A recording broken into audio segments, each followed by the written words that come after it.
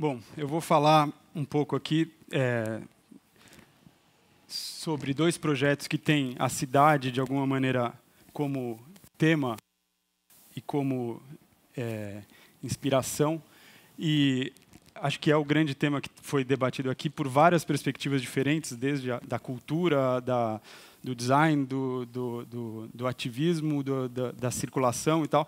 E da nossa perspectiva, que é a perspectiva da arquitetura, ela tem uma dimensão além de tentar conciliar todas essas dimensões sociais, tem uma dimensão material muito forte. Quer dizer, a gente atua materialmente nesse amontoado de construções, em várias escalas. Numa escala de uma intervenção urbana grande, de grande porte, com duração grande, que leva tempo para se construir e dura muito tempo, até intervenções menores, temporárias, de exposições. Em todas elas, a gente está atuando na matéria, criando os espaços onde a vida da cidade, onde todas essas dimensões acontecem. Portanto, essa de toda maneira, está subjacente em todas essas intervenções, independente da escala. Então, o que eu vou mostrar hoje são dois projetos que são assim de escalas muito diversas, opostas quase, e que, de alguma maneira, os raciocínios, os pensamentos, a história da cidade está presente de maneiras diferentes, mas eu vou tentar mostrar como é que as coisas se articulam. O primeiro projeto é um projeto em São Paulo, que é essa imagem que a gente está vendo. A gente está aqui embaixo do S, mais ou menos, agora. E a questão, nesse projeto, que é um projeto especulativo que a gente fez, um projeto que não foi encomendado, nem foi um projeto que poderia até ser realizado, mas acho um pouco difícil, pelo que vocês vão ver. Mas é a tentativa de trabalhar, questionar a possibilidade de pensar a cidade como um todo. A arquitetura, em geral, trabalha em pequenos espaços, em pequenos lotes ou em pequenos fragmentos. Mesmo quando faz coisas grandes, perto desse tamanho, dessa dimensão, é nada. A gente consegue, será, pensar alguma atuação hoje, contemporânea, na cidade contemporânea, que pense a cidade como uma coisa, uma totalidade, uma coisa única? Será que isso seria possível? Pelo nível de problemas que a gente tem e as ações que a gente tem, a arquitetura é muito pouco efetiva nessa escala maior, né? Às vezes, políticas econômicas, políticas sociais têm um impacto na vida da cidade muito maior do que a própria arquitetura. Então, a nossa hipótese é que a gente poderia estabelecer uma intervenção que tratasse a cidade como um grande território e que, com os recursos de criar uma rede de edifícios que se espalhasse por esse grande território. Aqui está mostrando, essas manchas são a topografia de São Paulo, que tem desníveis, tem as várzeas dos rios, que a Renata comentou, e alguns morros, algumas pequenas colinas, mas que é muito pouco perceptível essa dimensão geográfica, essa dimensão física do território de São Paulo. Então, a nossa hipótese era fazer uma rede de edifícios que funcionasse como uma infraestrutura às avessas e que revelasse essa espacialidade, esse território. A gente criou um grid de 4,5 quilômetros por 4,5 e colocou torres em cada um desses pontos que se espalham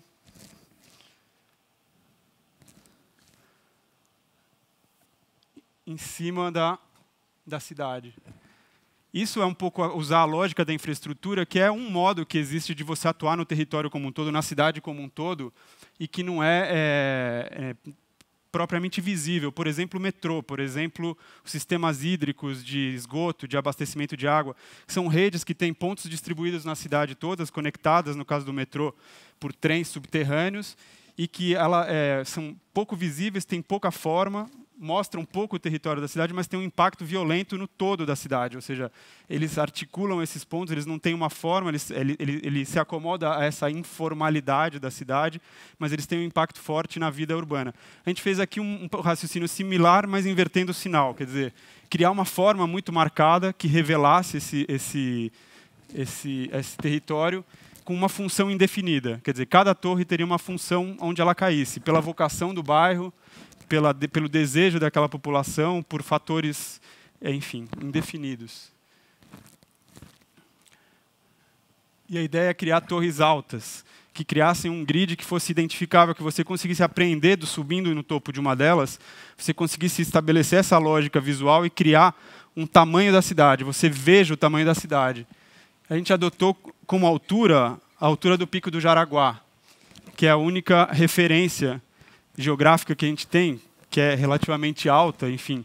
E alinhando o topo dos prédios por aí, você cria um novo horizonte, um horizonte plano, pelo qual você consegue medir as diferentes alturas da cidade e consegue, por exemplo, ter na Avenida Paulista uma torre mais baixa e na Várzea do Rio você tem uma torre muito mais alta. Isso cria um horizonte comum e, ao mesmo tempo, diferenças de alturas que criam identidades diferentes. E os usos dessas torres seriam, enfim, definidos em função da vocação de cada lugar.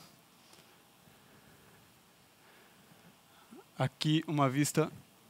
Essas fotos são fotos do Cássio Vasconcelos, que foram feitas em voos. E a gente fez essa inserção dessa grelha de torres com os mirantes na mesma cota, que está uma cota a 1.100 e poucos metros acima do nível do mar, criando esse novo céu.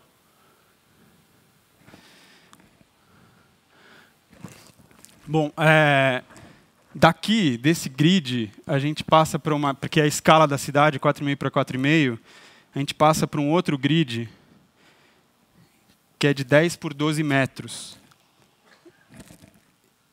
Esse grid é o grid do prédio da Fundação Bienal. E aqui eu acho que tem uma ligação interessante para fazer, que é a oposição entre uma massa informe que a gente organiza, sobrepondo um grid regular, com o desafio que é fazer um projeto num pavilhão como esse, que tem um grid regular muito marcado, muito forte, e que a gente tem que, pelo contrário, criar uma complexidade, criar uma diversidade que seja agradável, que seja possível de expor obras e que não seja um grande contínuo indistinto. Então, aqui só para ter uma ideia do tamanho do pavilhão, se a gente pusesse o pavilhão da Bienal de pé, ele seria igual à torre que está lá na Paulista, do meu outro projeto. Quer dizer, seria 2 vezes o prédio mais alto de São Paulo, que tem 250 metros, que equivale mais ou menos a uns 80, 90 andares. É gigante. E como é que a gente fez essa hipótese? De novo, uma inversão em relação ao projeto anterior. No outro, a gente tinha um indistinto de formas que se aglomeram e formam e geram a cidade, que é esse informe. A gente adotou uma única tipologia, que é um termo histórico da arquitetura, que é você ter... É difícil de passar mesmo, né, Renata?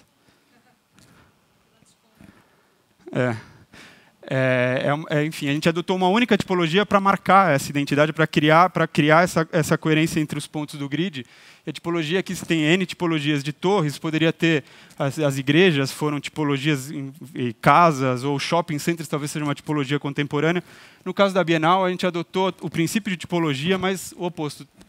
Tentar trazer 3 tipologias básicas expositivas, que são históricas. Uma delas é a enfilado, que é uma sequência de salas que você circula, vai passando de uma para outra. Por exemplo, o Louvre, assim, que você tem um grande eixo de circulação e vão se sucedendo as salas. Isso vem do século XVI, XVII, os palácios que foram adaptados para museus. Ou a ideia de galeria, a tipologia expositiva da galeria, que é um espaço central ao qual você acede às salas expositivas, que é o caso, por exemplo, da Tate Britain. Tem esse eixo mais marcado, ele conduz menos o visitante, mas ao mesmo tempo tem uma estrutura muito marcada de circulação. Ou o contínuo, que é uma tipologia tipicamente moderna do século XX, por exemplo, da Neue Gallery do Mies van der Rohe em Berlim, que tem essa área aqui mais à direita, que são paredes soltas, planos soltos, que criam um grande contínuo espacial. A nossa hipótese para criar uma certa complexidade dentro daquele grid é compor isso tudo, agrupando salas, agrupando suportes e criando um híbrido de tipologias que possa dar a diversidade suficiente para ocupar aquele grande contínuo de pilares e de um grid rígido. A gente mantém uma certa lógica de percurso, mas cria visuais e cria uma complexidade relativamente domada com esse tipo de agrupamento. E esse tipo de agrupamento, na verdade, está ligado a há um princípio curatorial que foi a base do trabalho todo, que foi determinado pelos curadores da Bienal, pelo Luiz Oramas, que é de trabalhar com constelação de artistas, ou seja, os artistas não fazem sentido como uma única obra em si, mas eles fazem sentido em relação entre eles. Então, os grupos de artistas são muito importantes para criar o discurso todo da Bienal. Assim, a gente conseguiu criar esses núcleos e os vazios entre eles, que reverberam essa estrutura conceitual da Bienal e, ao mesmo tempo, criam uma certa lógica, em certo sentido urbana, de ter vazios, ter ritmos diferentes, ter silêncios, ter praças, ter espaços que você pode não necessariamente estar desenvolvendo alguma atividade, mas não desenvolvendo atividades, e criando essas perspectivas cruzadas ou, enfim, transparências que trazem o pavilhão para dentro da exposição.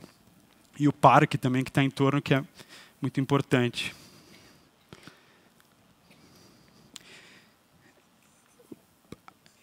Isso é uma outra decorrência dessa hipótese de usar grupos de salas, que é você ter diferentes percursos.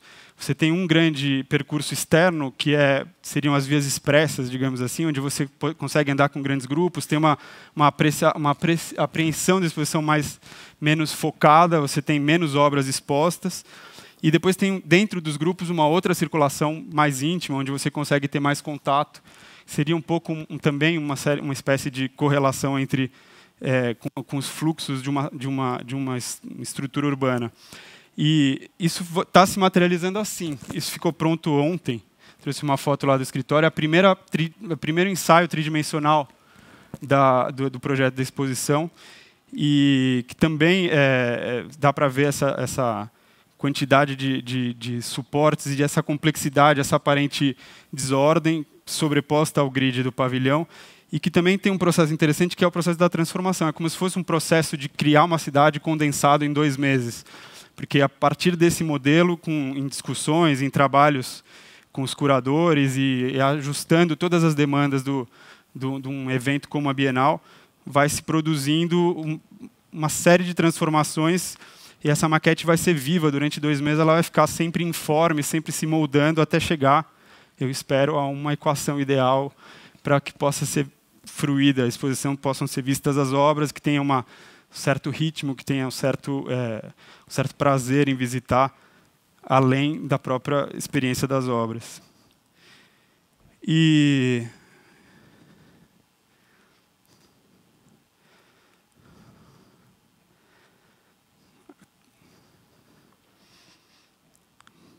para acabar, o que eu queria contar, eu acho que eu queria voltar para essa imagem que, de certo modo, esses pensamentos sobre a cidade que podem ser exercitados em escalas diferentes, em grandes escalas, tentar abranger a totalidade da cidade, ou tentar pensar um espaço temporário de uso que vai durar 2 meses e tal. Esse tipo de abordagem que em escalas diferentes de um mesmo princípio, de certa maneira, acho que essa imagem representa um pouco o espírito dessas ideias de construir essa transição entre as escalas, mas sempre da perspectiva de uma coisa que eu acho que ela representa um pouco o espírito do nosso tempo, onde as distinções ficam meio borradas em função da velocidade das transformações e dos movimentos todos que são criados, as coisas estão cada vez menos nítidas. E eu acho que essa é como se a gente estivesse numa espécie de névoa, onde fica cada vez mais difícil de distinguir o que é dado do que é construído, ou o que é natural do que é artificial, do que é cultura. E eu acho que era isso que eu queria falar para vocês. Obrigado.